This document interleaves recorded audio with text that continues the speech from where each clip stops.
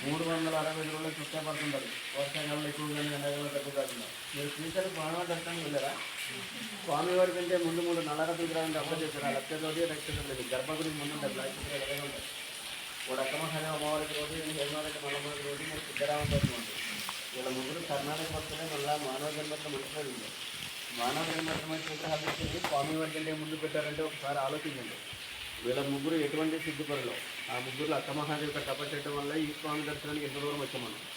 మీరు చాగంటి కోటేశ్వర దగ్గర ప్రవచనం వినే ఉంటారు కదా. అక్కమహాదేవి గుహల బాధ నుంచి చెప్పాడు ఆయన. ప్రతి యూట్యూబ్లోనే ఉంది. విన్నారా? ఆయన చెప్పినట్టు ఉండదు. గుహ లోపల ఆయనకి 5 సార్లు వచ్చాడు. 5 సార్లు నేను ఆయన బోట్ ఆపరేటర్గా వచ్చాను. యోగులు సిద్ధులు అవుతారని చెప్తారు కదా. వాళ్ళు ఏమంటారంటే గుహ లోపల అగరబత్తులు వేస్తే పరిమితి భక్తులందరూ తెలుస్తున్నది. యోగులు సిద్ధులు ఉన్న దగ్గర పవర్ అయినా ఉండదు. ఓన్లీ ధ్యానం చేసుకోవాలి, మెడిటేషన్ చేసుకోవాలి తప్ప ఎవరైతే తెలియదని చెప్తుంటారు వాళ్ళు. నేను 16 సంవత్సరాలు ధ్యానం మీద తీసుకొస్తున్నాను. మెడిటేషన్ ధ్యానం రాదు.